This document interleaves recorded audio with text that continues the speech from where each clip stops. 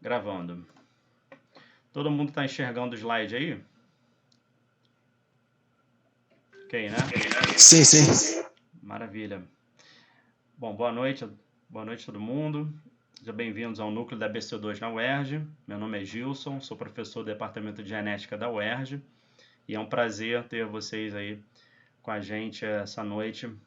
Estou retomando o tema sobre a origem. Então a gente está trabalhando o livro chamado A Origem, esse livro que está aí no slide.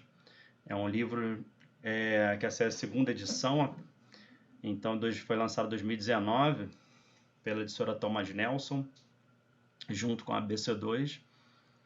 E é um livro que trabalha as 4 visões sobre a origem. Então, lá no nosso canal do YouTube, da BC2 UERJ, já está gravado lá no canal disponível. Então, eu comecei falando na ordem do livro, dos capítulos do livro, né? Então, o livro ele chama especialistas, para cada especialista e referência na área falar sobre a sua visão em relação à origem. Então, falei do Ken Ham, sobre o criacionismo de Terra Jovem, chamado CTJ. Falei do criacionismo de Terra Antiga. Agora deu um branco, eu esqueci o nome do defensor disso. Tá aqui, né? Hugh Ross. Então, a terceira visão que o livro aborda é o chamado criacionismo evolucionário, que é muito defendido. Um dos expoentes e presidente da Associação Biólogos, que eu vou falar, é a Deborah Hartman, a cosmóloga do MIT. E eu vou falar sobre ela hoje, o que ela escreveu no livro. Tá? E o próximo é o design inteligente, o último, que é o Stephen Meyer, também referência sobre a visão de design inteligente. Então, é claro que a gente, só para lembrar, eu não estou dizendo aqui que só existem essas 4 visões, mas é como se fossem 4 visões que formam um grande guarda-chuva que você tem dentro de cada visão algumas divergências, algumas linhas derivadas dentro de cada uma. Tem gente que meio que assume uma mistura de algumas. Então, eu estou falando das 4 que seriam é o que eu considero, né? Seriam essas 4 mais assim principais, que daí você pode derivar, pode sair visões derivadas dessas aí. Tá? Estou colocando o site daí, da BC2 aqui. Então, a gente está retomando essa série que está parada há um tempo. E então, hoje, vamos falar do criacionismo evolucionário. Vamos lá. Bom, relembrando, esse livro ele foi lançado pela primeira vez chegando gente aí, 1999, e ele não tinha a visão do design inteligente. Na verdade, já tem uma edição nova aqui, depois que eu vi. Acabou de sair uma nova. Então, ele tinha 3 visões. Aí agora entrou o design inteligente, tem 4. Tá? O design inteligente é uma coisa mais recente. Bom, então o objetivo do livro, tá? Que fique bem claro aqui que eu estou colocando, estou tentando, fazendo todo um esforço grande para me ater à visão da pesquisadora, da professora Deborah Hartman, tá? Que é do criacionismo inteligente. O que ela entende no livro como criacionismo evolucionário. Não é a minha visão nem a visão da BC2. Tá? Então, o objetivo do livro é facilitar o diálogo cordial entre cristãos com diferentes pontos de vista.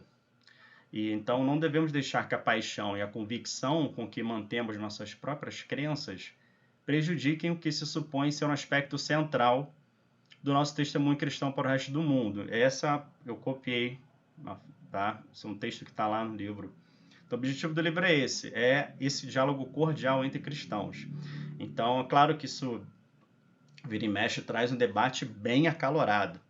Então, vocês devem ter visto por aí, ou então nas mídias sociais, muitos memes em relação a dinossauros que não entraram na arca. Outro dia me mandaram um em relação a isso.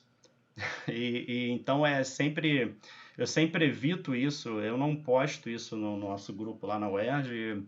Eu acho realmente esse tipo de abordagem, ela só traz é uma raiva, né? Não vai trazer diálogo. Então a gente tem que buscar o diálogo, primeiro como cristãos, e com cordialidade e respeitando os diferentes pontos de vista. Tá? Por mais que a gente ache o outro, né, um absurdo, mas a gente tem que sempre pensar na alma, né, como cristãos. Okay? Bom, então vamos lá. Quem é a Deborah Hartzman? Ela é pesquisadora, tá aqui a foto dela. É formada em cosmologia pelo MIT, que é uma Massachusetts Institute of Technology, e é muito reconhecida essa instituição no mundo inteiro. Ela é presidente da Fundação Biologos, e tem um L maiúsculo, que foi fundada pelo Francis Collins, que é o braço direito hoje do atual presidente dos Estados Unidos, e coordena o NIH, que é o Instituto Nacional de Saúde nos Estados Unidos. Também temos fizemos um estudo sobre o livro escrito que o Francis Collins escreveu, e está lá no nosso canal no YouTube, tá? Na BC2UERJ. Bom, a Débora ela tem há um longo tempo já escrito alguns livros, materiais e documentários. Então, um dos mais famosos, esse aqui, ó, é Origins, que ela escreveu com o marido dela, o Warren, também trabalha na mesma área. E esse outro livro aqui na direita, que é The Light in Creation, tá? Que são dois livros bem interessantes. Na verdade, infelizmente, eu ainda não li nenhum dos dois aqui, só tem alguns trechos, eu só ouvi falar. Mas eu conheço bem o site da Fundação Biologos, é um site excelente, eu recomendo vocês lá acessarem, a todo mundo que queira saber mais sobre o diálogo fé cristã e ciência, principalmente a abordagem do criacionismo evolucionário, entrar nesse site, navegar por lá, fala sobre as ferramentas científicas, datação, sobre a questão da paleonto, dos fósseis e muitas outras coisas interessantes lá. Tem muito material bom. Bom, no livro, nesse capítulo, ela começa falando sobre as visões públicas sobre evolução. O que o público entende sobre a evolução humana? O que já era esperado numa pesquisa feita lá em 2003 pela Fundação Pew, que é o Pew Research Center, é uma fundação que faz muito esse tipo de pesquisa de opinião. Então, eles verificaram que, de todos os adultos, no geral, 60%, né, na verdade 60%, né, 60% acreditam então que os humanos evoluíram ao longo do tempo. E 33% acreditam que os humanos, né, resistiram a partir de formas já fixas, né, pré-existentes, desde o início. Então, vamos traduzir. 60% assume, então, acredita,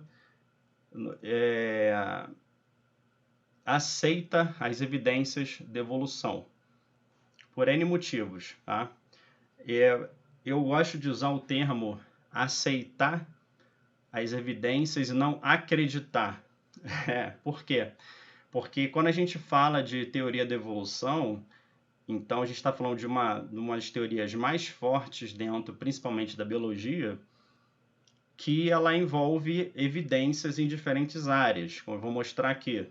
Então a gente está falando de evidências na área da astronomia, na cosmologia, evidências de datação, de fósseis, de idade da Terra, de camadas de rocha, evidências genéticas diversas. Então, juntando toda essa gama de evidências, todas elas corroboram a favor dessa teoria da evolução. Então, por isso que eu uso o termo aceita, porque de usar aceita a evidência, não acredita. Então, você não precisa, de certa forma, de uma parte sim, mas uma pequena, de certa forma, um salto de fé para como se você precisasse aceitar. Né? Você acredita, as evidências são colocadas na frente, você aceita elas ou refuta as evidências. Tá? Alguém quer comentar alguma coisa aqui? Fazer uma pergunta?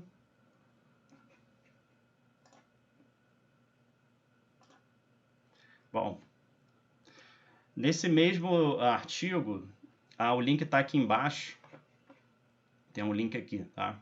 Depois eu posso mandar o slide para vocês aí. Vocês podem clicar lá e ver. É uma pesquisa de opinião bem extensa, tá? Tem muitas coisas aí para falar.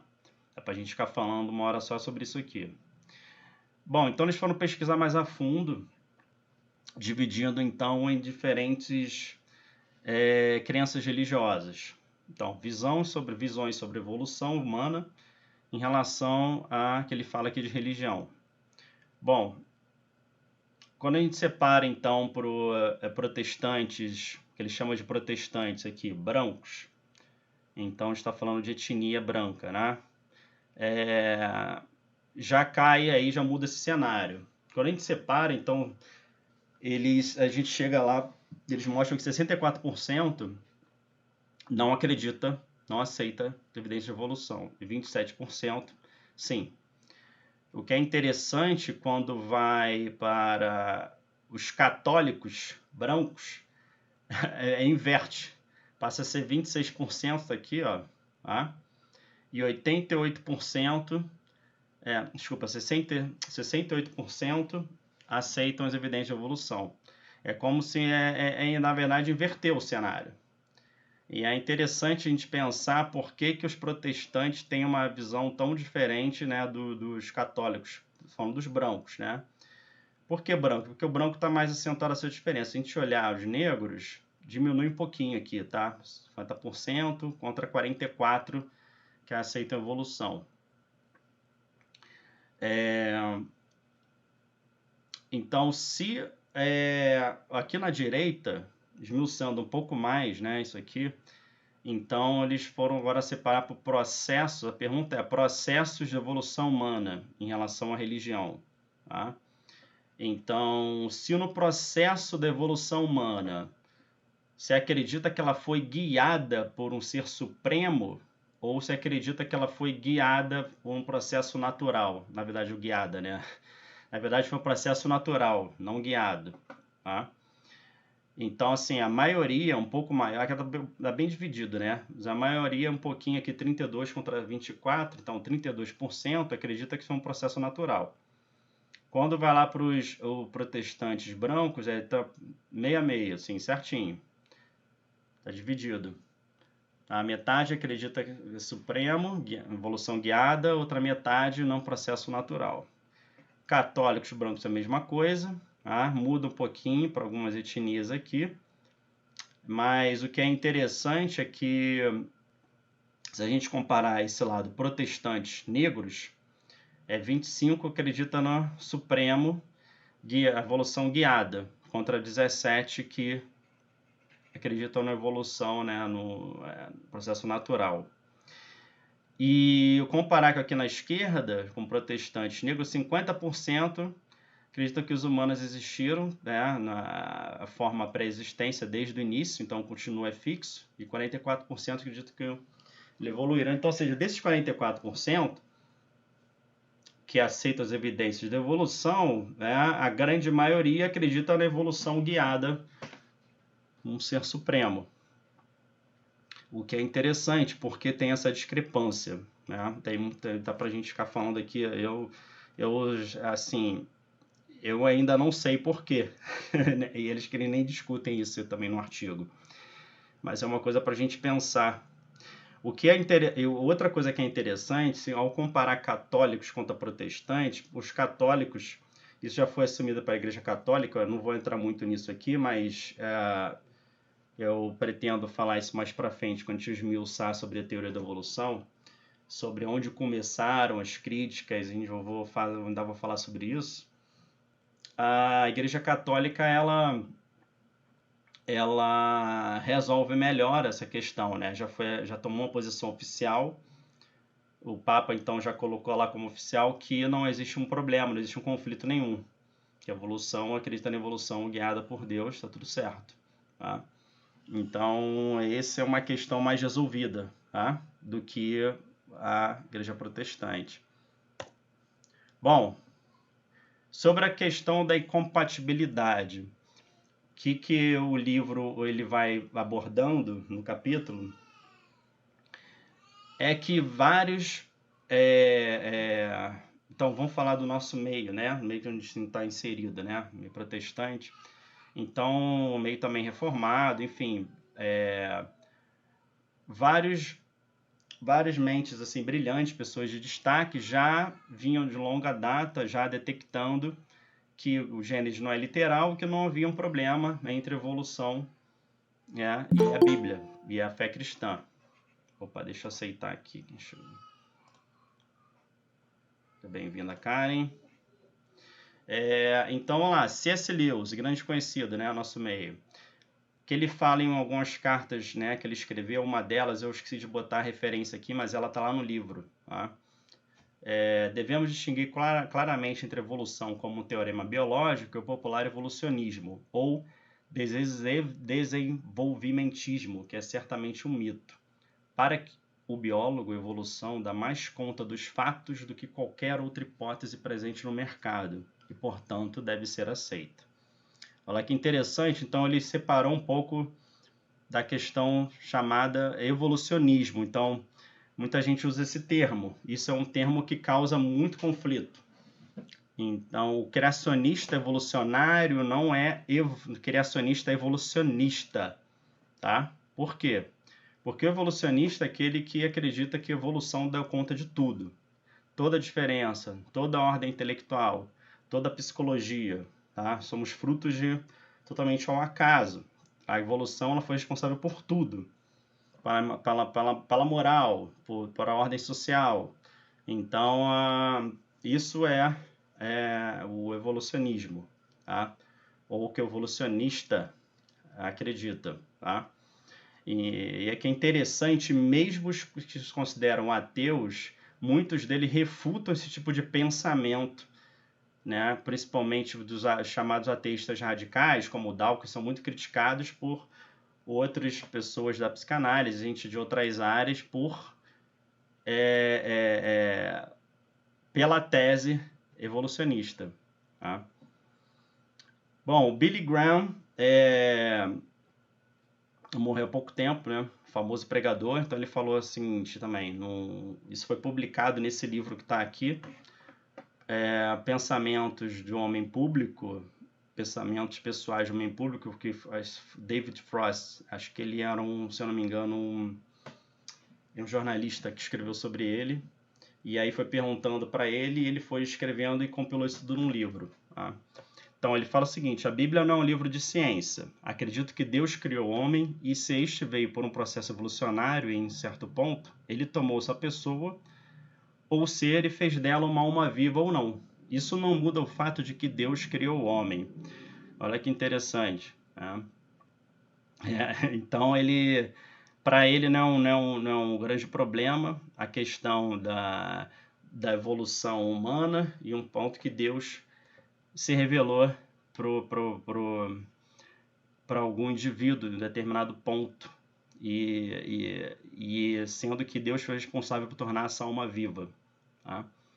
Bom, vamos lá, o Tim Keller. Tim Keller é muito famoso pela questão do criacionismo evolucionário, tá? É um dos defensores.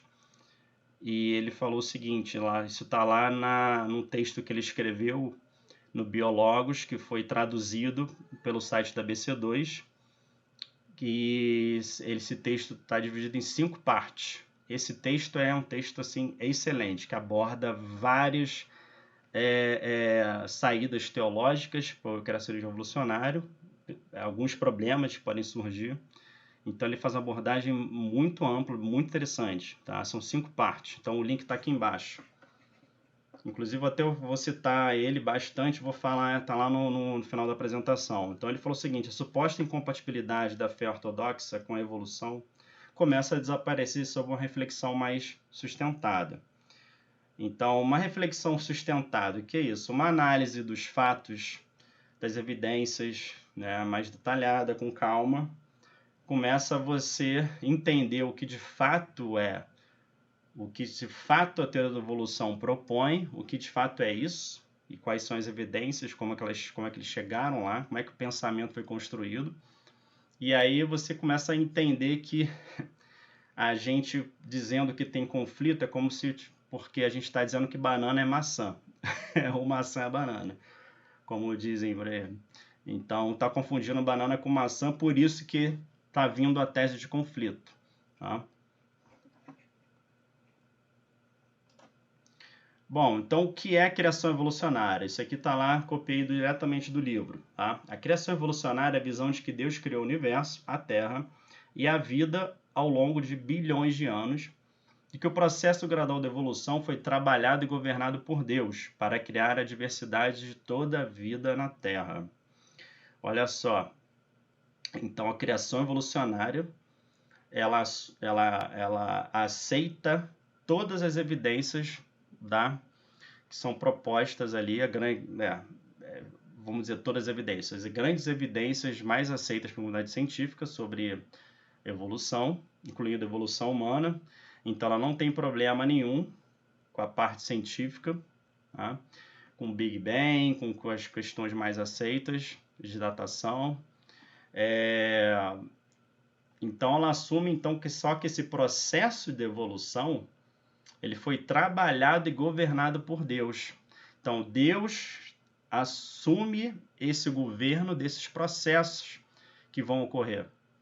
Até porque ele que criou, ele deu o start, mas ele também, alguns vão falar que teve interferência, alguns passos, alguns saltos evolutivos, houve uma interferência divina, isso é muito falado no criacionismo Terra Antiga também. Então, Deus interferiu ali, fazendo milagres, e tem um nome para isso, se não me engano, não sei se é saltos milagrosos, uma coisa assim, que Hugh Rice fala. E outros já vão dizer que Deus já criou inicialmente os processos, a maquinaria toda para que os seres vivos mesmos pudessem evoluir ao longo do tempo. E é isso que a genética vem mostrando. Tá? Os mecanismos estão todos lá, falando do ponto de vista humano, né? Nas nossas células, para que essas diferenças, essas alterações comecem a ocorrer. As mutações estão aí. Né? A gente tem visto isso, né, com o coronavírus, a quantidade de mutação que o vírus tem ocorrido com o SARS-CoV-2, por exemplo. Então, na natureza, alguns organismos têm a capacidade muito grande de mutação, de mutar mesmo. Tá? Isso aí está intrínseco lá na maquinaria mesmo. Bom, então, sendo que essa maquinaria, toda estrutura foi então criada por Deus e ele permitiu que isso fosse acontecendo. Tá? E criou toda a diversidade da vida que a gente conhece. Bom, alguém quer falar alguma coisa, alguma pergunta aqui?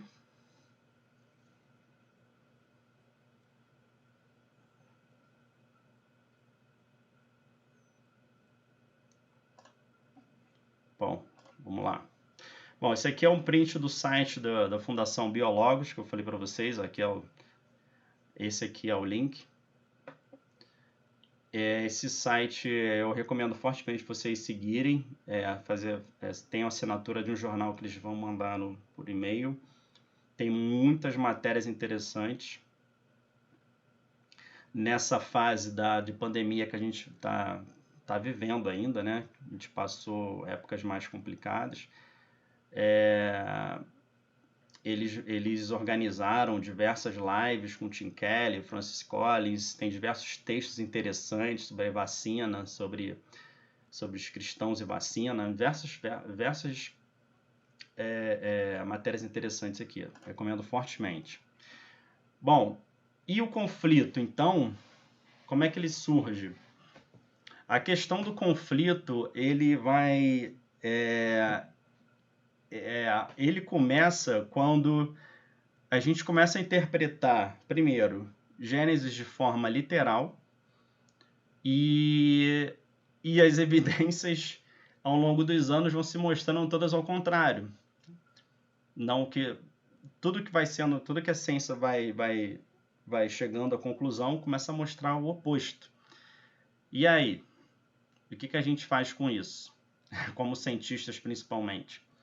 Então, eu vou falar um pouco, aconteceu com a Débora, aconteceu até um pouco comigo, Então, com ela teve uma criação em relação ao criacionismo de Terra Jovem, que acredita que tudo foi criado, né, em 6 dias literais, 24 horas. Então, ela, quando foi vendo as evidências da área dela, né, na cosmologia, ela começou a ter problemas. Como é que ela vai lidar com isso? E aí, normalmente, quando isso acontece, a gente compartimentaliza. A gente faz a questão da compartimentalização. O que é isso? Fica um pedaço do cérebro fica lá para armazenar. Isso aqui é a fé, isso aqui é a ciência, né? A razão. E é assim que é mais ou menos o que aconteceu comigo. A gente foi sendo criado, né, na ideia de Gênesis literal, e depois isso a gente vai... isso aqui é uma questão de fé. Eu não sei, deixa lá. Aí quando a gente fala, quando a gente está no meio científico, que legal, vamos estudar isso aqui, olha, vamos estudar a evolução, que legal, realmente, evoluiu, tá? Então, ainda mais quem fez a biologia, que é o meu caso, você tem lá, você lida com evolução o tempo inteiro, por exemplo, você estuda evolução, né? É uma das matérias. E aí, como é que a gente faz? Uma hora, isso vai entrar em choque. Então, o choque também, o conflito, ele também é colocado pelo desentendimento, uma falta de entendimento adequado do que é evolução. Então, botei um exemplo aqui do Silas Malafaia, que foi um vídeo que eu vi, acho que eu estava logo no início da faculdade, uma coisa assim. Quando eu passei para fazer o curso de Ciências Biológicas na FRJ, então alguém me perguntou assim, o que você vai fazer então? Como é que você vai lidar com a sua fé agora, daqui em diante? Eu falei, vou lidar, tentar lidar da maneira mais natural. Eu não sabia o que falar naquela época, eu nunca tinha pensado nisso. Então, alguém me emprestou essa fita, não sei como essa fita chegou até mim, fita VHS, bem antiga, uma pregação do Silas Malafaia falando sobre criação e evolução, levantando alguns pontos da própria ciência sobre leis de termodinâmica, falando da questão do macaco, mas sempre com muito deboche, que o homem veio do macaco. Então isso acaba causando, né, um bloqueio. O que normalmente acontece, né? Ou as pessoas que não estudam muitas evidências, não param para pensar, elas criam logo um bloqueio de cara em relação à evolução, aí daí apareceu o termo evolução, larga para lá. Não quer mais saber, já demonizou o tema. Ou a pessoa compra essa evolução ocorreu, eu não sei explicar, então deixa lá quieto. Não penso muito sobre isso, não reflito muito sobre o assunto. E um belo dia, né, a gente começa a se aprofundar nas doutrinas, alguma hora isso vai bater, né? Principalmente quando a gente aprofunda na doutrina bíblica, né? Na teologia você vai ter que lidar sobre a origem do homem, né? Uma hora. Então, a BC2, eu fiz uma brincadeira aqui, né? Com esse slide da fé e razão, dois lados de caminhos diferentes. Mas a gente mostra, o objetivo é exatamente mostrar que não há conflito, tá? Mostrar que existe esse diálogo, tem diversos vídeos dos outros, tem gente de outros núcleos aí, já devem ter visto isso, e se vocês entrarem no nosso núcleo lá, vocês vão ver, tem diversos conteúdos, diversos materiais aí mostrando que não há conflito nenhum. O conflito é causado por um desentendimento do que é fé, do que é razão, no nosso caso aqui, desse tema, o que é evolução.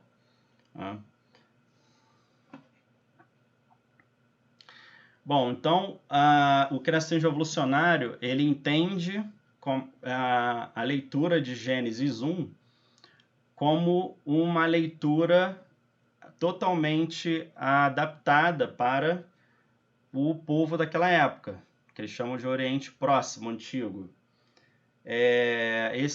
Então tem essa figura famosa que está lá no livro, que a Débora também comenta no livro dela, inclusive é tirado do livro da própria Débora, que a Débora escreveu antes. Também está no livro do John Walton, que eu vou falar, né? Vou citar ele no final. Então, a leitura de Gênesis, então, é chamado, esse processo ele chama de acomodação.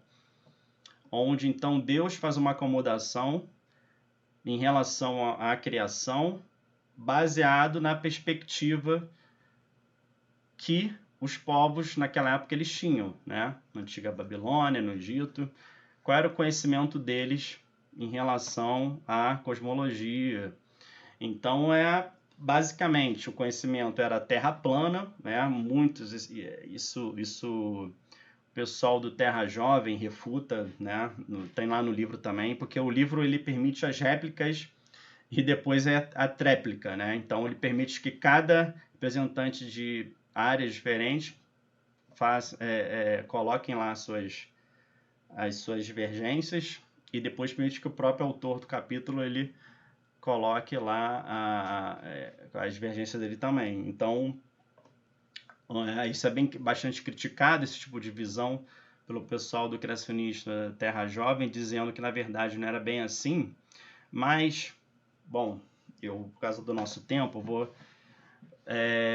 eu vou tocar o barco aqui, vou falar assim, então o criacionista evolucionário, então ele assume essa visão que é defendida por muita gente, de que no Antigo Oriente, então eles tinham a ideia que a Terra era plana, o firmamento, né, era uma abóbada celeste, isso também aparece, por exemplo, como não fala lá do teto de bronze, o céu dele será como bronze, tá? Uma passagem lá no Antigo Testamento, com alusão a isso, com alusão de que esse firmamento, essa abóbada era toda de bronze, e refletia, e o sol, a luz, as estrelas eram fixas, presas, tá?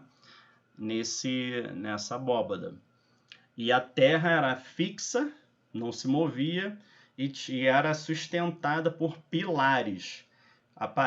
Isso aparece nos trechos lá em Salmos, aparece lá no livro de Jó, várias citações falando da sustentação da terra, quem fez os fundamentos da terra, Deus falando com Jó. Então, essa ideia. Então, dentro dessa cosmovisão que foi escrito o livro de Gênesis, né? Quando a gente fala a separação das águas de acima, do firmamento, por exemplo. Então, era dentro desse contexto que foi escrito o livro, primeira coisa. A segunda coisa, que essa acomodação era Deus assumindo o governo sobre todos os astros, então o Sol, a Lua, tudo é dele. Ele que criou todas as coisas, então os deuses não eram mais, como na cosmologia antiga, o Deus Sol, o Deus Lua, cada um era um Deus. Não, Deus assumindo, então, é um único Deus, ele o Criador de todas as coisas, e tudo tem origem nele. Tá? Bom, e voltando aqui, uma outra questão, um segundo ponto importante é que a ideia de Gênesis, então, era Deus criando um lar para habitar junto com o homem, tá? E não um livro de ciência nem de engenharia. Então, a preocupação nunca foi com a questão de 6 dias literais de 24 horas. Tá? Então, nem com a ordem de cada coisa. Então, a preocupação foi Deus assumindo a função de cada um por setores. Isso é muito bem descrito. Tem um livro inteiro sobre isso, do John Walton, que eu vou citar ele aqui no final, que é O Mundo Perdido de Adão e Eva.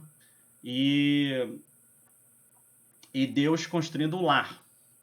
Então, John Walton usa um exemplo excelente, que ele fala que é como se você convidasse uma pessoa para sua casa. Aí a pessoa está lá jantando, ele vai olhar para sua casa assim, olha, nossa, que casa linda, né? E as perguntas dele são em relação à estrutura da casa. Como é que você montou essa casa? Qual o pilar que você colocou? Qual foi a fundação? Qual foi o material do teto? Então, ele falou que ao a gente olhar para Gênesis e se preocupar com o que ele criou primeiro, por que tem luz primeiro, porque a biologia veio depois, não sei o quê. Então, a gente está perdendo tempo. A preocupação de Deus não foi essa. Foi a construção de um lar. Então, agora, se essa pessoa chegar no jantar e convidar e começar a perguntar, ele vai perguntar da sobre a vida, perguntar como é que vocês chegaram aqui, o que vocês estão fazendo. Então, a perguntas estão em relação, é sempre em relação ao lar. Tá? Então, Deus construindo um lar, e não sobre Deus fazendo uma obra de engenharia perfeita. Tá? Então, é nesse contexto. Bom, dentro da ciência histórica, tem diversas evidências aqui. Então, eu com certeza eu quero mesmo fazer uma série, a gente vai fazer algumas coisas. Já em janeiro já tenho agendado. Então, vou chamar alguns especialistas de diferentes áreas para a gente falar um pouco das evidências sobre a evolução, que são muitas, tá? Bom, vou apontar algumas que são as que a Débora comenta no livro, tá? Então, existe lá as camadas de rochas sedimentares, são muito bem definidas, tá? Aqui é um estrato de rocha lá na Groenlândia. Então, isso é uma área da geologia muito usada, muito bem estabelecida, tá? Então, as rochas mais antigas ficam embaixo, as mais recentes em cima. Então, essas rochas vão sendo depositadas ao longo do tempo e é muito fácil, não é muito fácil, mas enfim, é possível fazer uma datação em virtude da quantidade de camadas da rocha. Tá? Então, esses cálculos vão jogar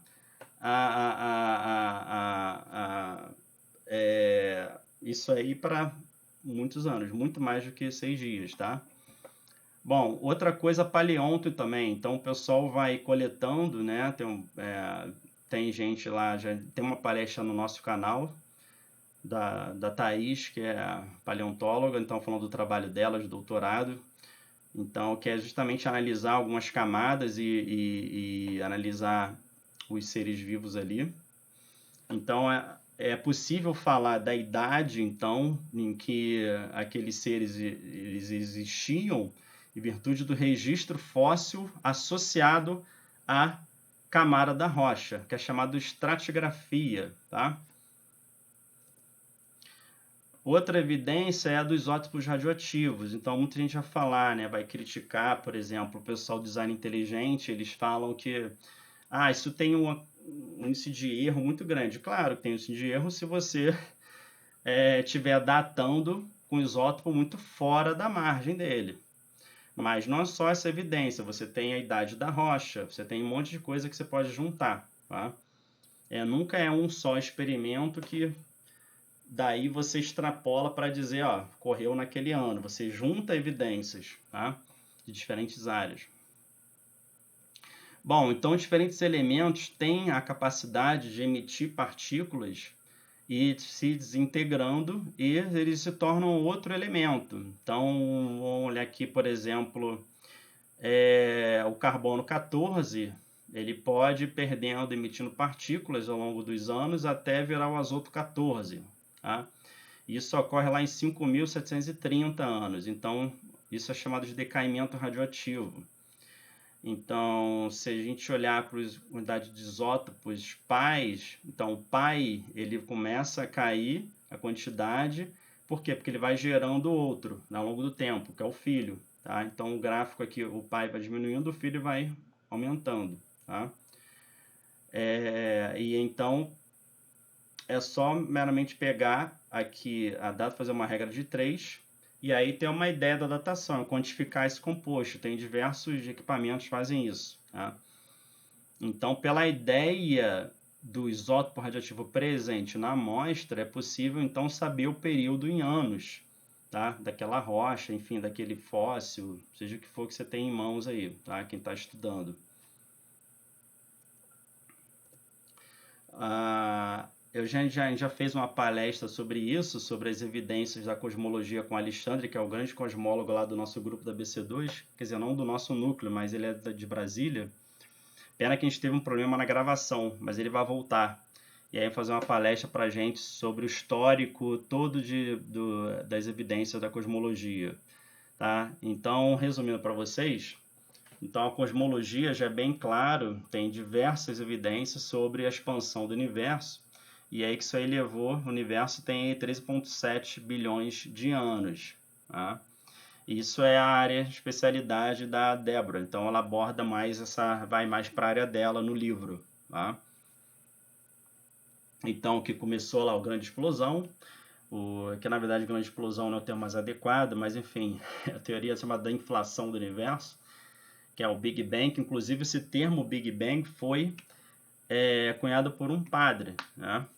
E então não há problema nenhum também com Big Bang com a fé cristã, tá? Com a Bíblia. Bom, eu preciso falar um pouquinho aqui como funciona a evolução. Então, na verdade, a evolução ela é lenta, ela depende de diferentes mutações que vão ocorrer, e essas mutações vão ocorrer em diferentes indivíduos num grupo, e elas vão depender dessas mutações também. Além de ocorrer, elas têm que ser transmitidas para os próximos descendentes.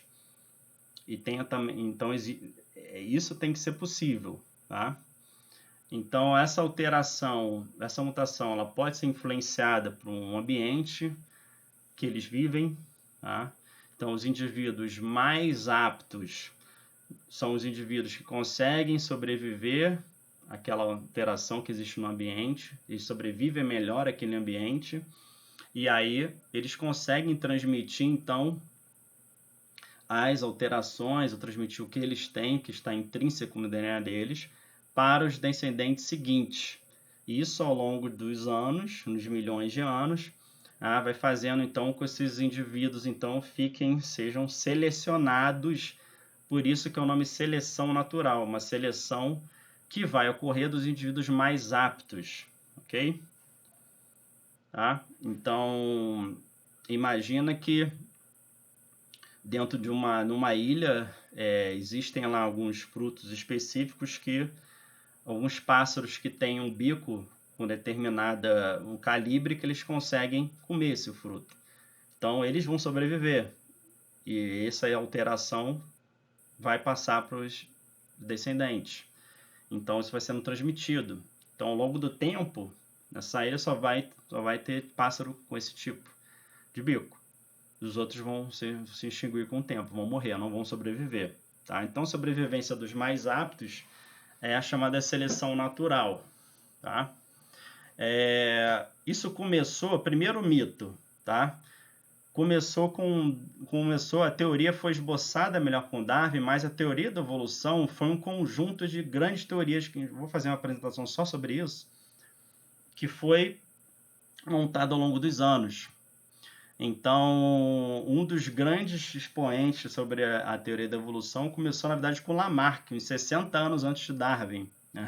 Então, Lamarck, já lá em 1809, se eu não me engano, Lamarck já estava publicando esse livro aí, Physiologie, que ele era um francês, Jean-Baptiste Lamarck, e ele elaborou aí diversas teorias bem interessantes. Ele acabou caindo, né, sendo meio ridicularizado pela questão do uso e desuso, porque ele falava, né, então se um indivíduo usasse muito um membro, um braço, enfim, o cara é um indivíduo forte, malhou muito, por exemplo, ele vai ter um filho lá, se parece um filho fortão, como se fosse assim. Então esse uso e desuso era transmitido às gerações seguintes. Tá? Usando o exemplo esdrúxulo aqui, tá? Falar como seria um exemplo. Tá? Outra, transmissão de caracteres adquiridos. Então, transmissão de caracteres adquiridos também era aceito por Darwin, tá? Mas isso começou com Lamarck. Então, Lamarck foi fundamental nessa questão. Então, isso depois, né, depois que a descoberta da epigenética, uns 20 anos atrás para cá, dos 20 anos para cá, começou a ressuscitar um pouco a teoria de Lamarck, que hoje a gente sabe que algumas heranças são transmitidas para um modelo de Lamarck. A gente sabe que a nutrição que uma geração tem vai influenciar a geração seguinte, a nutrição, o estresse, qualidade de vida. Isso tudo vai passar para a geração seguinte via modelo de Lamarck. Então, aí entra a questão da transmissão de caracteres adquiridos, através da dieta, microbiota intestinal, tudo isso. Mas isso é uma longa história. Bom, então se começou com Lamarck, tinham outros indivíduos, o Wallace, e o Wallace mandou o trabalho para Darwin, Darwin correu na frente e publicou o livro histórico aí, 1859, Origem das Espécies.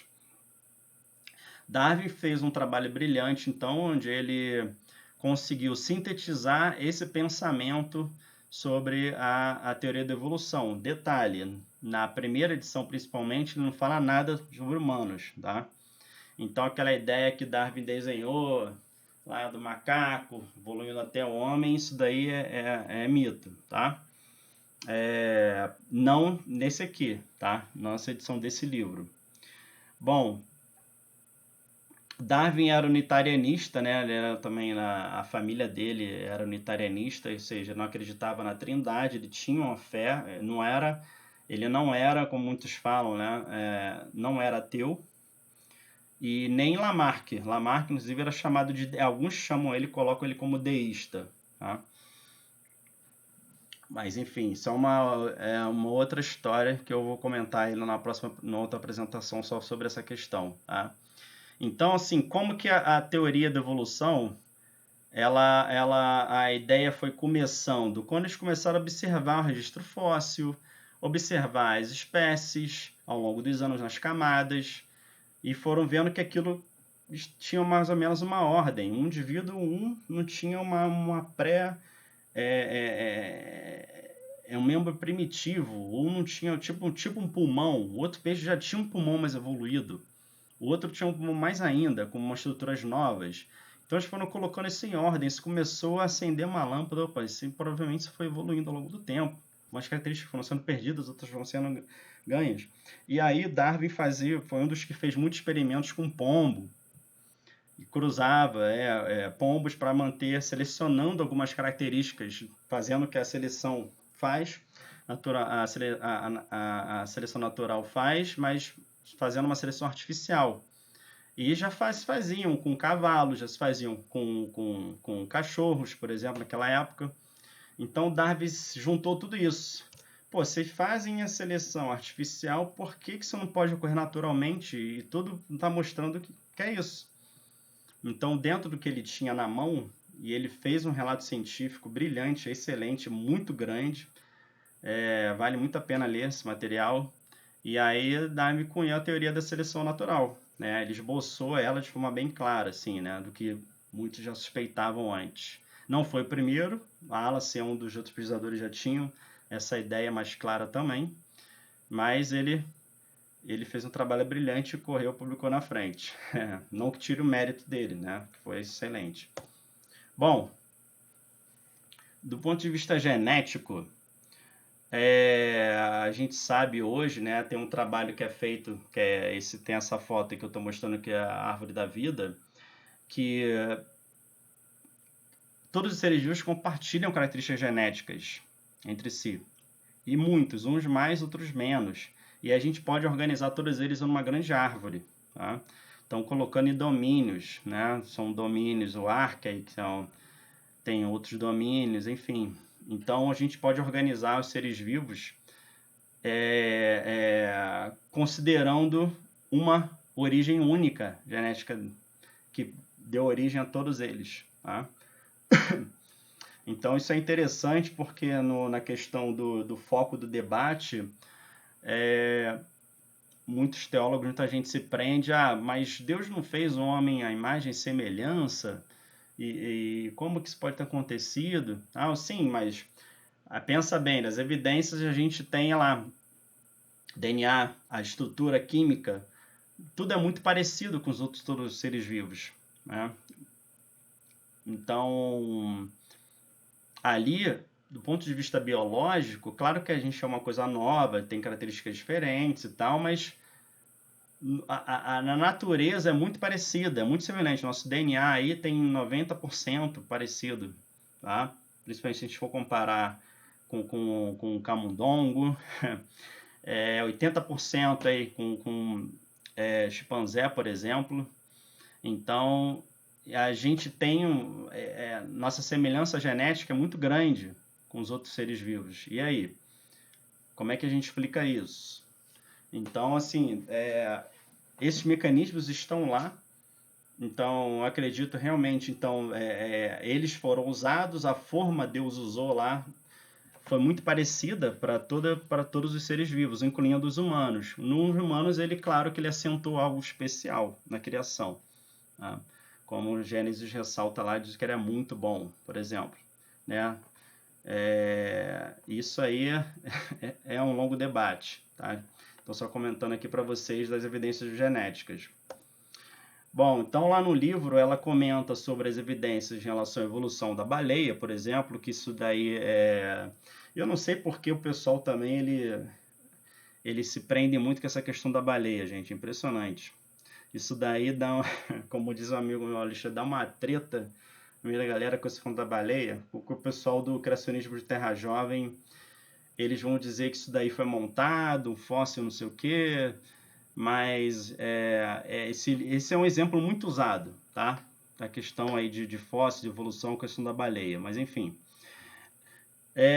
Esse da evolução da baleia, então ela colocou essa figura que eu copiei diretamente do livro, essas duas aí.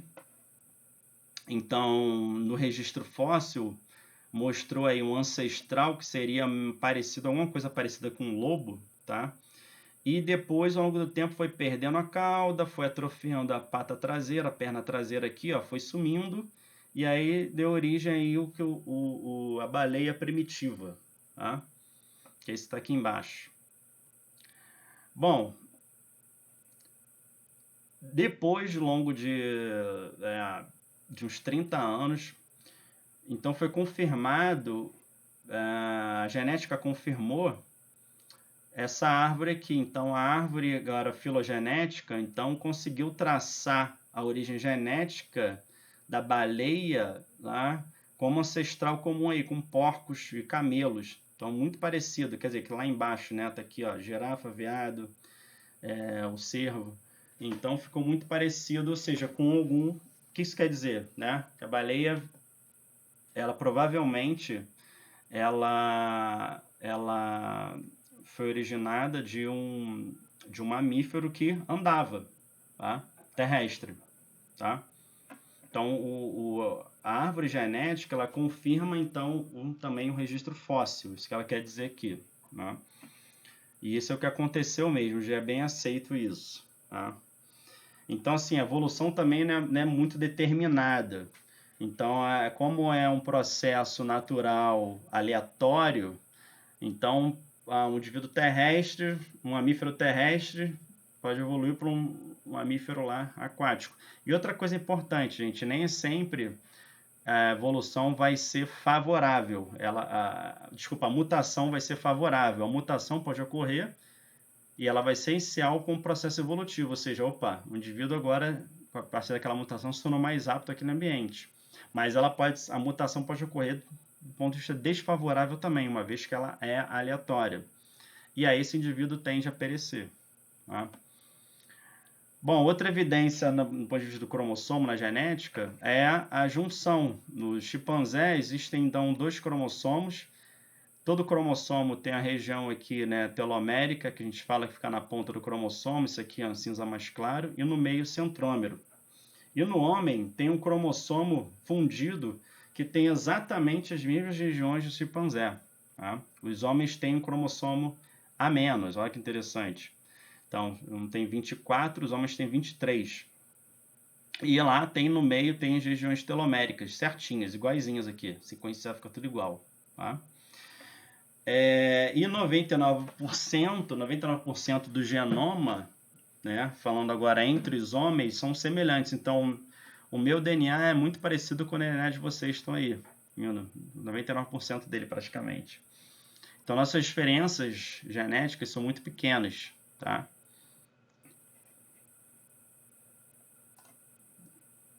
Opa, passar aqui. Acho que eu vou ter que dividir essa apresentação em duas, hein? Eu vou fazer o seguinte. Agora que eu vi que eu estou no horário aqui, já quase 1 hora, né? Alguém tem uma pergunta? Quer colocar alguma coisa? Quer fazer algum comentário?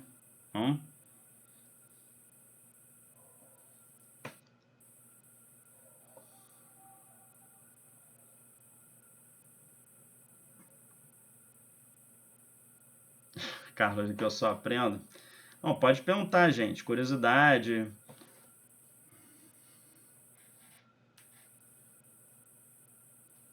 Nada? Oi, Gilson. Aqui é a Opa, Luísa. oi. Ih, peraí. Então, eu queria fazer uma pergunta que é o seguinte. Eu ouvi um argumento, assim, do pessoal que defende o criacionismo, de que existiria uma diferença grande quando você datava as rochas por datação de carbono, mas aí referente assim a diversos tipos de datação, a diversos tipos de datação teria uma grande diferença, assim, se você usasse esse tipo daria uma certa idade, se usasse outro tipo daria uma certa idade, e aí é um argumento que eles utilizavam. Eu queria saber, assim, qual seria o contra-argumento, onde que se pode buscar dados para poder aferir, né, essa, como eu posso dizer, essa acuidade da datação por carbono. Perfeito. Excelente. Obrigado pela pergunta. Bom, você vai... vou começar ao contrário aí, né? Você pode verificar essas informações sobre essas pseudocríticas, tá? Na verdade, isso nem é uma crítica, mas tudo bem. No site do Biologos. Tá? Biologos tem todos os contra-argumentos em relação a isso aí.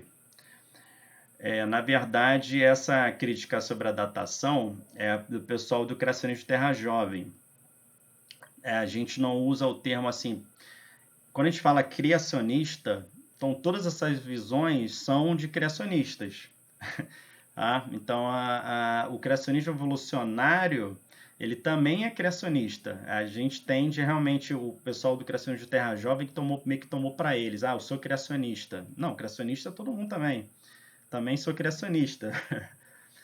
Então, a gente só toma um cuidado com essa questão, tá? Nomenclatura também, para não parecer que quem critica a datação tal é criacionista, quem não é criacionista, né? Então, isso é uma questão. Bom,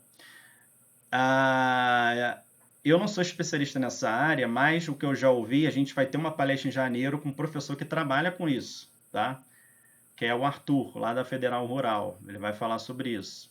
Datação, vai falar sobre as camadas de rocha, ele é dessa área. E tem eu já assisti no outro que é muito legal. Bom, e a gente teve a Thaís, que já falou aqui. Ela trabalha um pouco com isso, ela é paleontóloga, né? Um pouquinho diferente a abordagem, mas ela também usa datação. Bom, então como eu falei, a datação é um método científico. Todo método científico ele tem suas limitações. Então, se você não fizer da forma adequada, você vai trabalhar com a datação na margem de erro, que é grande. Na verdade, todo método científico tem sua margem de erro, tá? Que é essa limitação do método. Se ele foi testado, ele tem aquela margem de erro, então você tem que trabalhar naquela margem de forma adequada. Se você você quer datar um carbono que tem de 10 mil, 20 mil anos, você vai trabalhar fora da margem de datação no carbono. Aquilo vai estar errado. Mas então por isso que a gente deve descartar tudo claro. Não, gente. Então esse é o argumento deles. Então eles esquecem que tem diversas outras maneiras de fazer datação. Não só por radioisótopo. Como eu falei, estratificação, camada de rocha. Genética, registro dos fósseis que tem lá. Poxa, tem milhões de outras vegetais. Tem muita coisa para falar ali e que você pode trabalhar e usar para falar sobre a datação. Não é meramente ver carbono 14 e pronto. Né? O pessoal critica, acha que é assim. Né? Então, normalmente, quem está criticando é quem não entende do método ou finge que entende. Né? Que não é... Eu não acho uma crítica intelectualmente honesta. Né? Ao meu ver. Porque, realmente, todo método tem. Então, você tem que olhar como o cara fez lá no artigo, a descrição da metodologia, olhar, realmente, ele trabalhou fora. Mas se ele trabalhou fora, nenhuma revista deveria aceitar esse artigo, para começar. Ou seja, se esse artigo é aceito no meio que ele trabalha, que todo mundo faz isso, ele passou o artigo passou para ser publicado, né, por vários referis, e os revisores iam criticar, falar, isso aí é ridículo, né? Você tem que colocar de outras formas, tal. Outros experimentos para afirmar isso. Né? Bom, ele passou por esse escrutínio todo e publicou, e ele está sendo aceito pelas pessoas que trabalham nessa área, isso opa, então é legal. Então, realmente, a gente deve aceitar essa datação, que é o que acontece, né? A gente está falando aqui por que as pessoas aceitam a teoria da evolução, ela é mais aceita por um científico, não é porque existe como eu posso dizer, como é que o pessoal fala, né? Teoria da conspiração. Uma vez alguém me perguntou, você não acha que tem alguém por trás daquela literatura, não sei o quê? Científico, eles tendem a rejeitar artigos que falam de Terra Jovem. Olha, você acreditar na teoria da conspiração muito forte. Porque desde quando foi publicada, aí, antes de Darwin, primeiro, vamos falar assim, Agostinho, né? Bem muito antes de Darwin, já refutava a questão do Gênesis literal. Muita gente já refutava, muito antes. Então, esse é o primeiro passo. Gênesis não ser literal. O segundo passo é outra coisa, a teoria da evolução. Então, ela é mais aceita, por quê? Porque todas as evidências apontam para isso. Né? Todas as evidências apontam. Como é que você vai explicar? Eu vou falar aqui, eu acho que eu vou deixar para falar na outra reunião, já extrapolei do horário, já são 10 horas, mas enfim. Eu ia falar da Eva mitocondrial, Neandertal, dos outros seres muito próximos, né, que tinham um certo intelecto, dos Homo sapiens. E aí, vai fazer o que? Como é que se explica isso? Como é que se explica a raça? Então, aí fica muito difícil. Agora, a teoria da evolução, ela dá conta de todas as alterações, que tudo comprova que foi naquele tempo, né? A Terra em bilhões de anos, esses humanos estão aí 100, 200 anos, 200 mil anos, né? 100 mil anos, na verdade, Homo sapiens. Então, é o que as evidências mostram, tá? Então, a gente olhando as evidências, a gente consegue essa teoria que explica melhor. Mas como teoria e evidências científicas têm suas falhas? Tem são as limitações? Tem. Vai explicar tudo? Não vai. Então, porque não explica tudo, vamos refutar? Não. Porque a ciência nunca vai explicar tudo, né? Tá? Então, tem suas limitações, mas na construção geral, por isso que ela é uma teoria. Aí outros vão falar assim, isso é só uma teoria. Como se fosse, só uma teoria. Se alguém pensou nisso, largou para lá, né? Qualquer... Não, isso foi uma teoria que foi sendo reafirmada, tá aí até hoje, ao longo de anos e anos e anos e anos e anos, e sendo cada vez mais forte, né? Muitos trabalham nessa área, né? Então isso só cada vez mais, tudo as evidências só confirmam isso, tá? Aí, enfim, aí o que acontece é que, na minha opinião, é que eu já estou viajando aqui, né? Mas linda sua pergunta, tudo bem. É que muitos têm dificuldade, o que acontece é a questão humana, né? Do pecado, enfim, da questão da dificuldade, nossa mente limitada de aceitar algumas coisas, ou não gostar da ideia. Eu conheço muita gente, por exemplo, não gosta da ideia da evolução humana, então ela fecha a cabeça, rejeita e parte para a rejeição de tudo que já foi encontrado. Então, adota uma linha de negação e desconstrução de todas as evidências científicas, inclusive de gente até ganhou o prêmio Nobel, né? Na cosmologia que já vem sendo estabelecida. Você vai encontrar pesquisadores aí que fazem isso, né? Isso aqui ele não fez isso, tal. Então eles fazem um caminho paralelo à ciência, né? Que é o próximo, quer dizer, que eu vou falar na próxima, que é o design inteligente, por exemplo. Tá? Então, realmente, porque eles não gostam, não aceitam, enfim, essa questão da evolução, a datação, aí eles vão criticar isso, vão criticar a datação, é feita assim, o fóssil é montado, não sei o que, isso aqui não sei o que, como se fosse uma grande conspiração na ciência. Muito pelo contrário, a ciência é aberta, a ciência é reprodutível, o experimento que eu faço aqui, um pesquisador lá na China tem que reproduzir igualzinho a mim, o meu experimento, chegar às mesmas conclusões, ou se não chegou, por que não chegou, qual método que ele usou, isso tudo tem que ser transparente. A boa ciência, claro, né? Tem a queda que influencia na ciência? Tem a queda, a gente tem a queda. Tá? A gente tem aí maus exemplos, a gente viu aí alguns se aproveitando da questão da Covid-19, por exemplo, publicar artigos ruins, mas, enfim, também temos a redenção, Deus usa a ciência como redenção. Tá? Agora eu vou chegar, e tem aí algumas saídas teológicas que eu vou comentar, como é que a gente pode conciliar, como grandes pesquisadores conciliam, como o Tim Keller recomenda, enfim, como eu vou falar das questões, abordagens teológicas sobre, mais para frente aí. Acho que eu vou encerrar aqui. Vou responder perguntas, gente. Ninguém quer perguntar? Oi? Queria agradecer pela resposta, Gilson. Obrigado, nada. Bom, eu vou o seguinte, eu estava suspeitando que ia ficar muito grande, porque na verdade esse é um assunto, tem muita coisa, não dá para ficar a gente falar pouquinho, porque eu vou passar batido, né? Eu vou fazer uma outra com essa parte 2. Bom, aí eu vou falar da parte da Eva, de um artigo da Eva mitocondrial, que foi publicado lá em 1987, que deu o que falar, continua rendendo até hoje, que comprovou então que a origem, né, das mulheres veio lá de uma população de mulheres que habitava lá na África, provavelmente, através do DNA mitocondrial, que o DNA mitocondrial se mantém íntegro, tá, ao longo das gerações. Então é possível, através do DNA mitocondrial, traçar toda a origem materna, tá, dos indivíduos. Os desafios e implicações teológicas, aí tem muita coisa para falar, gente. Bom, Adão e Eva, no personagens históricos, foram representantes recentes, foram arquétipos. O que eles foram? Deus se revelou a um grupo pré-existente e chamou ali Adão e Eva, de homens e mulheres que já existiam.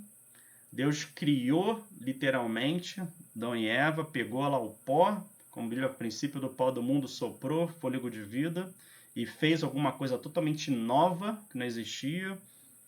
E aí? Bom, como conciliar a evolução com o Imago Dei? Né? Então, ou seja, o homem feito à imagem e semelhança de Deus. E aí tem gente que vai falar, não, imagem e semelhança é membro, cabeça, corpo, perna, tudo isso. Ou é fato da gente pensar em Deus, a nossa mente se elevar, precisar, né, de um Deus que nos entenda, que encha, né, o nosso espírito. É isso? Bom, e como conciliar a morte e sofrimento de seres vivos pré-queda com Romanos 5, que fala que a morte entrou por um único homem, né? Também vai entrar aí Coríntios 15, né? Paulo vai repetir isso, então. E eu acho que desses pontos, na verdade, o terceiro ponto talvez seja o mais complexo, principalmente para os reformados aí. Onde o pessoal bate mais, que eu tenho visto. Então, como falar de evolução se existiu morte nos seres vivos e sofrimento pré-queda? Então, é uma coisa doida, né? Então, como conciliar isso? Bom, muita gente vai falar de Romanos 5, tá falando de morte, mas morte espiritual, tá? Mas outros vão falar que não tem como assumir isso. Realmente a morte, está falando de morte carnal mesmo, morte de vida, não é espiritual. E aí, Adão tem que realmente existiu, ou Adão e Eva, tá? Então, existiu Adão e Eva histórico.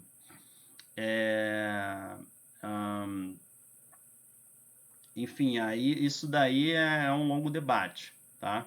E inclusive no Biólogos tem um texto sobre isso que eu vou falar aqui. Livros que vão abordar isso. Ó, esse livro, Criação e Evolução, do Dennis Alexander, Precisamos Escolher, é excelente. Tem diversas abordagens, ele te dá diversas saídas, implicações teológicas de cada forma. Porque dentro do criacionismo evolucionário, tem gente que vai achar que Deus interveio diretamente, né, os passos de evolução, ou não. Ou ele criou e foi deixando evoluir, e ele criou os mecanismos, tá? Tem gente como o Dennis Alexander, ele acredita que Deus se revelou para uma população já pré-existente, e aí ele fez Adão e Eva, tal. Outros não. Então, vamos falar da imagem arquetípica, como o John Walton. Bom, então ele fala das implicações teológicas, tá? Outro livro é O Mundo Perdido de Adão e Eva, é bem interessante, eu já comentei desse livro aqui. Tem já muitos núcleos da BC2 estudando esse livro. É um livro que eu achei excelente, mas eu particularmente não concordo com todas as abordagens aqui. Ele assume a questão do arquétipo, que Adão e Eva foi um arquétipo, mas ele, como é um especialista em hebraico, então o John Walton ele vai fazer uma linguagem, uma leitura de Gênesis 1 muito interessante. Bem interessante, dentro, comparando com a cosmologia que era entendida nessa época, os povos que viviam nessa época. Tá? Bom, o Teste da Fé tem um texto muito legal, principalmente do Alistair McGrath. O Teste da Fé é um livro que a gente sempre começa trabalhando na BC2, que é um livro que conta a experiência dos diversos cientistas. Então, no capítulo que o McGrath escreve, ele fala um pouco sobre isso. O McGrath também ele não gosta da questão da Adão e Eva histórico. Tá? E ele tem umas saídas aí teológicas para isso. Outra literatura recomendada, dentro do site da Biologos, tem lá a parte de Common Questions, questões comuns que são sempre levantadas. Tem uma exatamente sobre isso. Morte antes pré-queda. Tá? Então, aí eles vão falar lá, vão te dar algumas saídas teológicas, alguns teólogos que acreditam que realmente foi a morte espiritual, não era a morte de fato. Então, aí isso seria uma saída. Bom, outro texto bem aprofundado, bem completo, é uma série de 5 textos que o Tim Keller escreveu no site da Biologos, que a BC2 traduziu, que é isso aqui, Criação, Evolução e Cristãos Leigos. Isso aqui é um print que eu dei na tela da parte 1, tá? Mas aqui é um print que eu dei na tela lá no site da BC2. Então o link está aqui embaixo, Criação, Evolução, Tim Keller, parte 1. Então são 5 partes. Você vai navegando lá, vai passando, então ele vai falando, uma abordagem bem pastoral, bem interessante. Inclusive ele fala porque que tem que ser aceito Adão e Eva histórico, ele tem que ser aceito. Não tem como aceitar a questão de arquétipo. Ou representação de alguma forma, mas eles realmente de fato existiram, porque isso vai implicar lá em Coríntios 15 e Romanos 5 também. Então, porque ele fala lá, estou resumindo, né? Acho que ele fala de muita coisa, uma das coisas é essa, em relação à morte pré-queda, né? Que Paulo, ele assume que eles foram personagens realmente históricos. Então, é assim que a gente deve assumir, que é um perigo para a igreja não achar isso. Já tem gente que não vai achar. Tá? Estou colocando uma saída aqui. Bom, é isso.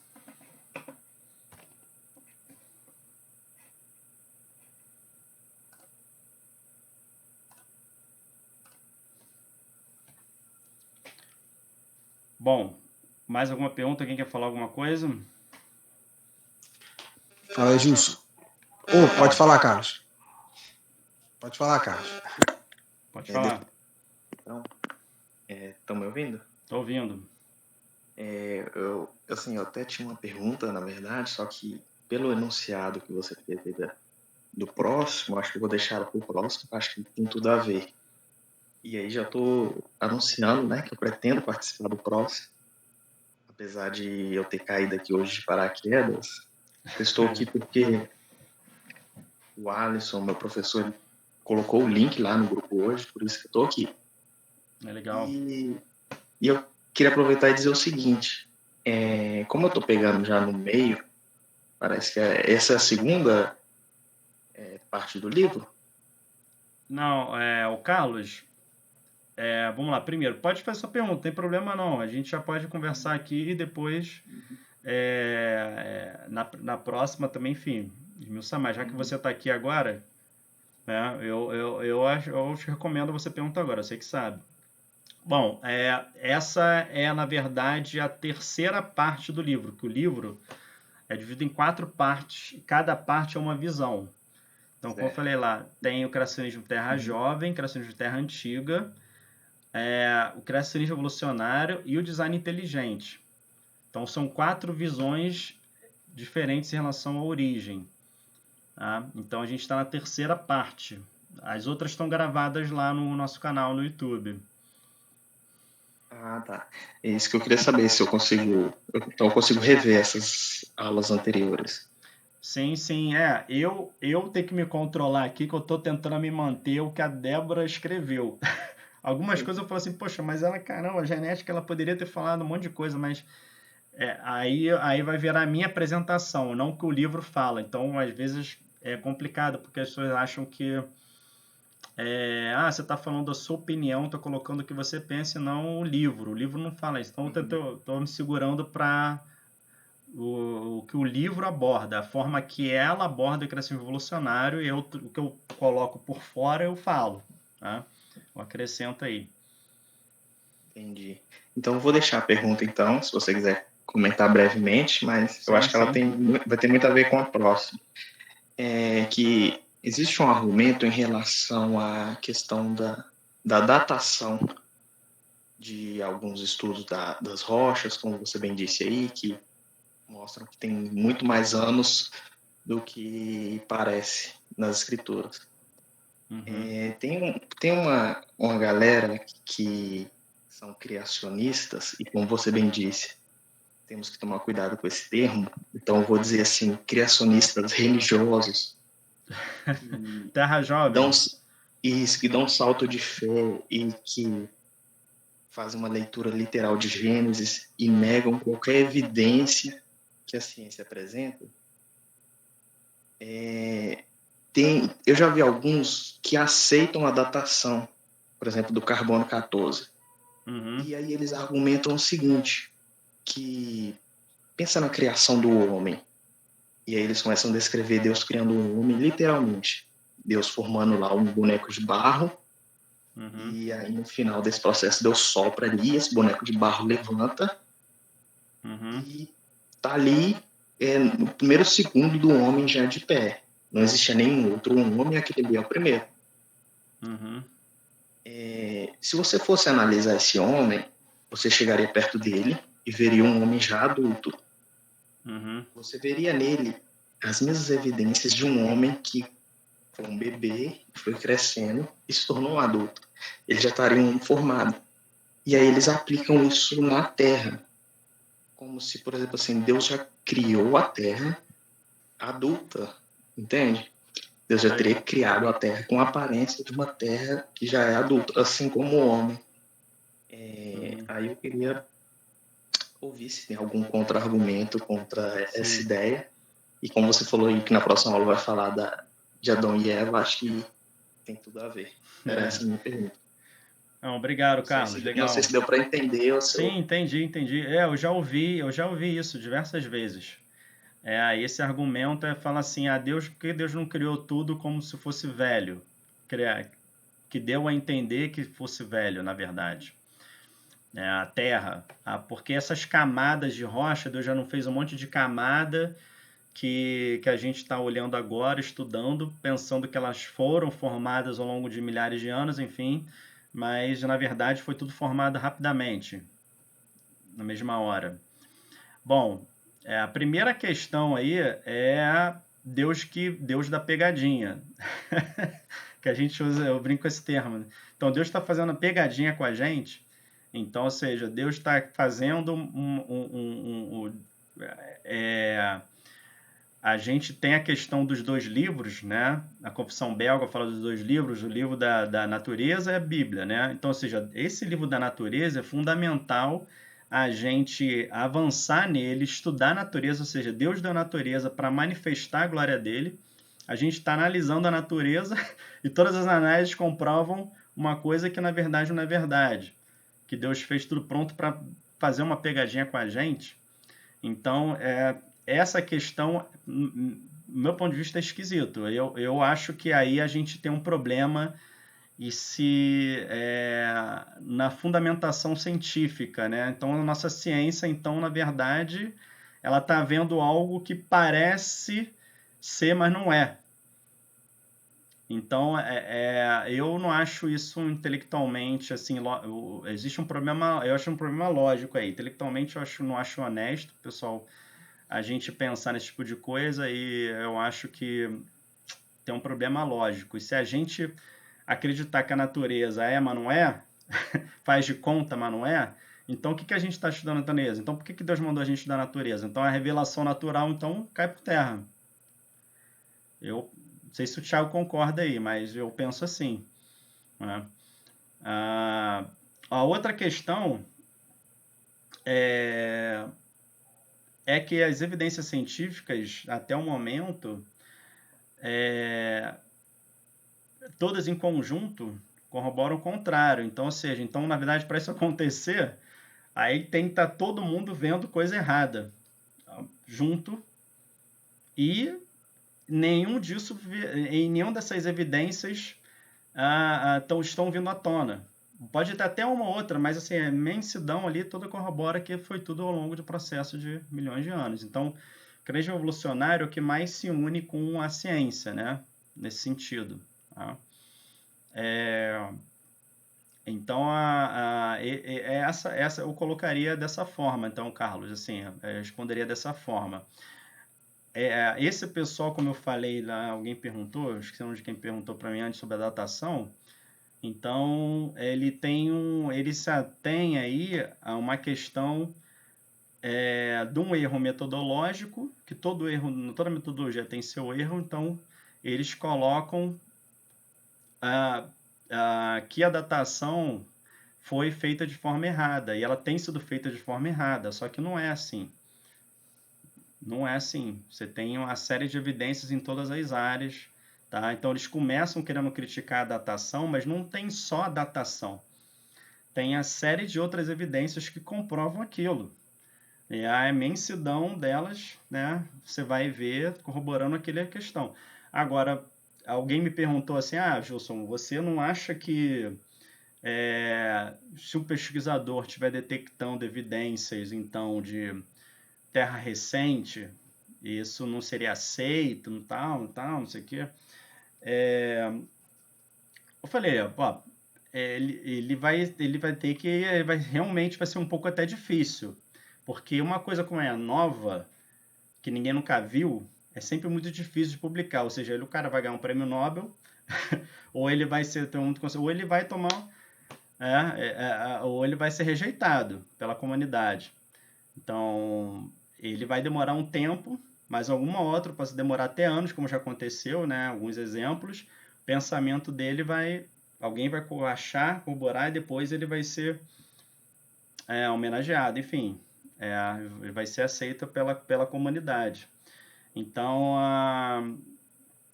como eu falei, eu não acredito que tenha um viés, é quase que impossível a gente imaginar, muito, na minha opinião, teoria da conspiração, a gente imaginar que em nenhum lugar do mundo ninguém vai aceitar esse tipo de evidência se for bem feita, né? Se for científica. O que é científica? Tem que ser reprodutível, tem que ser coletado, os dados têm que ser transparentes, tudo isso. Tem que ter um método científico, tarará. Se for usar uma metodologia adequada e tal, provavelmente tem grande chance disso ser aceito, mesmo contradizendo que a grande maioria tem encontrado. Que até as revistas até gostam, às vezes, de colocar um contraponto, assim. Ó. Agora, é aquilo que eu falo, é do coração. Ele não aceita de jeito nenhum. Você pode mostrar para ele, já aconteceu comigo, já pode mostrar para ele de 100, 200, 300 evidências que ele vai dizer que não aceita. Ele vai achar alguma coisa, algum detalhe, isso aqui, mas eu acho que esse cara aqui fez assim, eu acho que não. E ele vai rejeitar e não vai aceitar de jeito nenhum. É o que acontece com o pessoal muita gente do criacionismo Terra Jovem. E aí, o que eles fizeram? O Ken Han, ele fez uma revista, Answering Genesis. Ele fez uma revista para eles publicarem evidências de Terra jovem. Então aí eles vão meio que fizeram um mundo paralelo e com artigos mostrando de datação, de idade. Alguém me mostrou lá de idade de rocha, que é tudo recente.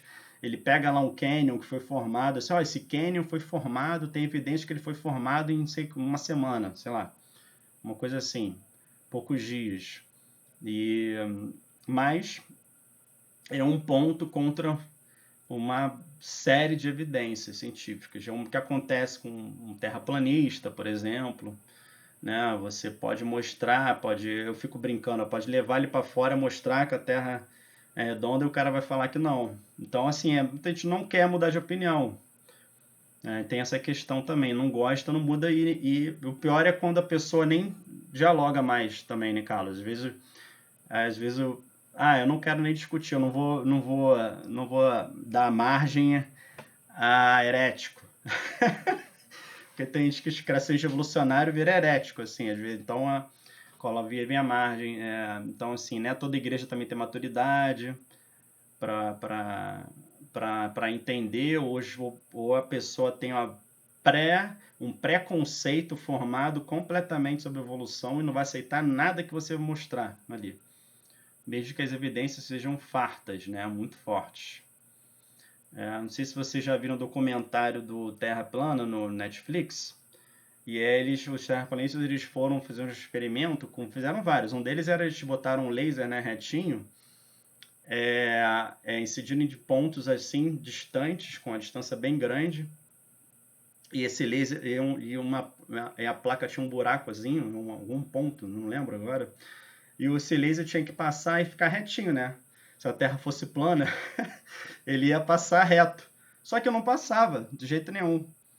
Aí por que eu não passo? Porque a Terra não é plana. Mas aí o que eles falaram? Não, tem um problema no nosso experimento. A gente vai ter que refazer. Eu acho que esse instrumento não está adequado, por isso que aconteceu isso. Então, eles encontraram uma explicação. Então, isso que eu estou falando. Então, algumas pessoas, eles nunca vão aceitar. Eles vão ter sempre uma posição diferente, mesmo que você mostre as evidências na frente. Então, a convivência tem que ser como cristãos pacífica. Por exemplo, a confissão de fé da minha igreja batista, né, é uma confissão de fé de 6 dias literais, apesar de não estar claro, mas acreditamos que a Terra foi feita em 6 dias. Eu falei, eu vou assinar essa confissão? Eu falei, tá bom. Mas é uma confissão de fé, então, assim, a igreja tem que, de alguma forma, eu acho assim, importante a igreja abrir o diálogo. Tem que ter o diálogo, mostrar como o livro fala as visões como cristãos, e a questão doutrinária, mostrar os problemas que vão ocorrer ali de um ou do outro e tal. Tá? Então, esse equilíbrio é importante, que ou a igreja, né, se ela assumir, por exemplo, ela não pode rejeitar totalmente, né, entrar no cientificismo ou cientolatria, só que é científico, então a gente vai mudar aqui a nossa teologia, e nem ao mesmo tempo não pode entrar no concordismo, né? A gente vai falar, o Sol parou, então vamos fazer um cálculo, mostrando que o Sol parou. A ciência comprova a palavra de Deus, não é? Também não. Então, então pegar passagens, né, e falar assim, olha, aqui, a ciência está comprovando, então a gente vai fazer experimentos em virtude da que a Bíblia está falando, também não. Então, a gente está falando de coisas bem diferentes, ciência, né, e fé. Então, que estão, ao mesmo tempo, bem conectadas, mas eu acho que esse equilíbrio, esse diálogo é importante. Assim, eu acho que é legal a igreja se abrir, entender o que é teoria da evolução, porque realmente eu acho que só o biólogo, alguém que estudou, que conhece alguém que leu o livro de Darwin, porque na verdade os pastores, a maioria, nunca leram sequer esse livro. É o que eu vejo quando eu leio críticas, né, sobre o evoteísmo, por exemplo. O criacionismo evolucionário também é chamado de evoteísta, né? Nem falei isso. Mas colisão pelo evangelho, saíram algumas críticas na internet em relação ao evoteísmo. E quando você vai ler, você fala, esse cara não entendeu o que é teoria da evolução. Não entendeu o que é darwinismo. Porque o darwinismo nunca entrou em choque com nem os reformados da época Darwin acreditavam nisso, nunca entraram. Eu estava lendo a teologia sistemática do James Boyce, que foi na mesma época aí de Darwin, 1800 alguma coisa, agora não lembro de cabeça. A teologia sistemática dele fala claramente lá no parágrafo sobre a criação, ó, se a ciência fica comprovando que não é literal, não há motivos para a gente aceitar que a Gênesis é literal. Não. Isso sem ainda nem tinha sido publicado, né? Uns trabalhos sobre evolução. Então, assim, o caminho tem que ser por aí, né? Então, assim, a ciência vai avançando, a gente com um novo olhar em relação a esses fenômenos acontecendo na Bíblia, e a gente não vai mudar a nossa teologia sistemática, ela vai permanecer lá, né? Mas a gente vai encarar de uma forma um pouquinho diferente. Eu não sei que, por exemplo, o livro do John Knox, não, John Knox não. Ih, rapaz, eu esqueci o nome dele, do matemático aqui. Ele fala dos 7 dias que mudaram o mundo lá, falando sobre Gênesis. Então ele comenta que se a gente falasse assim, ele fala assim, alguém hoje lê a Bíblia, lê um salmo lá, vai falar da terra no centro do mundo, parará, o Jó, para dos pilares, vai acreditar que a terra era fixa, de fato? Dificilmente, não.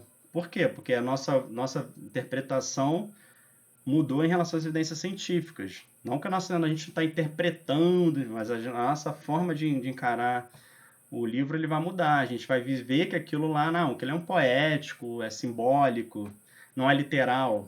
Né? Então, porque a ciência vai avançando, então a gente vai alterando, mudando nossa forma de interpretar nesse sentido. Né? Bom, falei demais, né? Não é isso.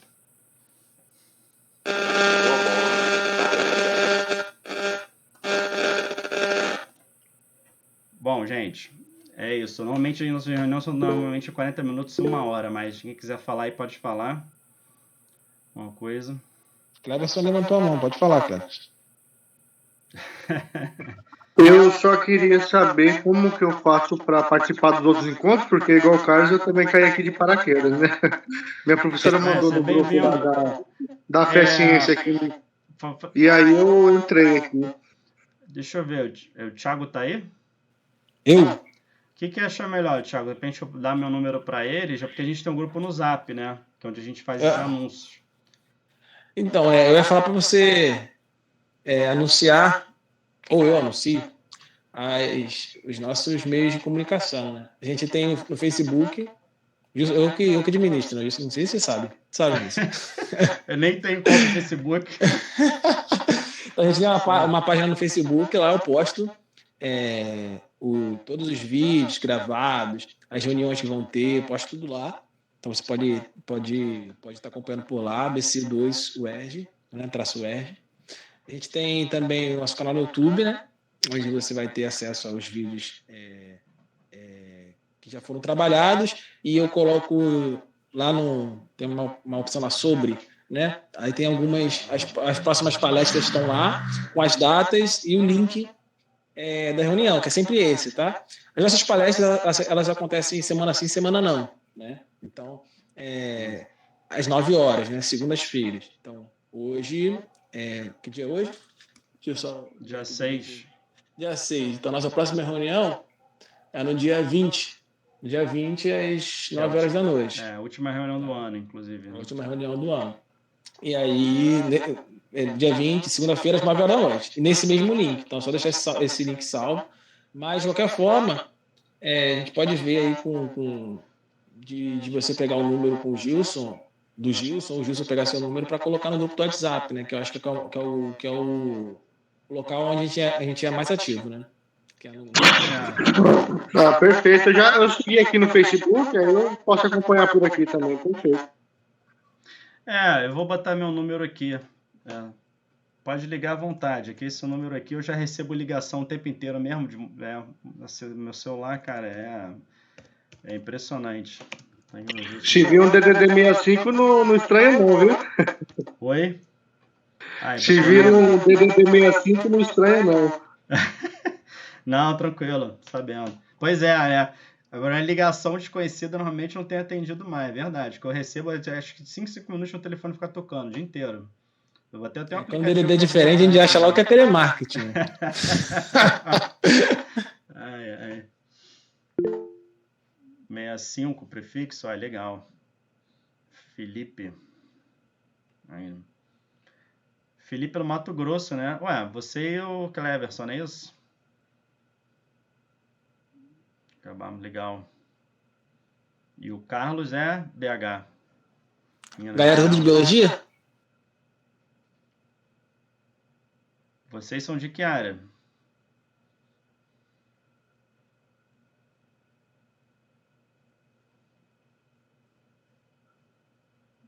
Direito, legal. Show, minha esposa é de direito também. Carlos, é de que área, Carlos? Financeira. Boa. Filosofia não atuante ainda. Boa. Boa, que tá falando filosofia é o Thiagão aí. Tá aí. Eu gosto de filosofia. A gente tem algumas palestras aí que a gente toca bastante em filosofia. Algumas que a gente passou aí. Karen, bióloga. Beleza. Ótimo, Karen, também sou biólogo. Maravilha. Bom, gente, então é isso. Vou encerrar aqui. Vou fazer uma oração. E aí, alguém quer falar mais alguma coisa aí? Não? Levanta a mão. Beleza, então tá. Então vamos orar aqui para a gente encerrar. Querido Pai Santo, obrigado, Senhor, por essa reunião. Te agradeço pela vida de cada um. Obrigado, Senhor, por cada um que está aqui presente, dedicou seu tempo, que possamos compartilhar, Senhor, mais da Tua palavra, falarmos dessas evidências científicas, sobre como podemos, Pai, relacionar a fé cristã e ciência.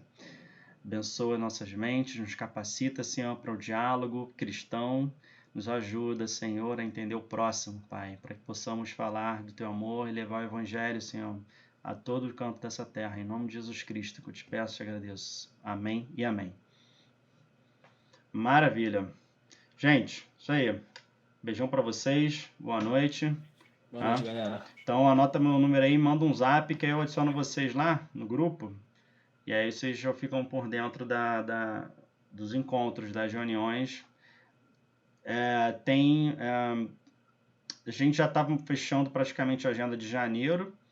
Então vai ter, daqui a pouco a gente vai ter a professora de grego, a Simone, falando sobre a Grécia Antiga. Vai ter o Arthur, que é da Federal Rural do Rio de Janeiro, falando sobre a datação, que é especificamente sobre isso. É o que ele trabalha, era o trabalho dele. Vai ter o Jorge, que é um teólogo que já falou, que vai falar de novo sobre teologia natural. Então, aqui é a linha de trabalho dele, né, da pós-graduação que ele atua no mestrado. Ele acabou de finalizar o mestrado sobre a teologia natural, como ela começou, a origem da teologia natural, as implicações dela. Então, aí vão estar fechando mais gente. Vou chamar o Alexandre de Cosmologia também.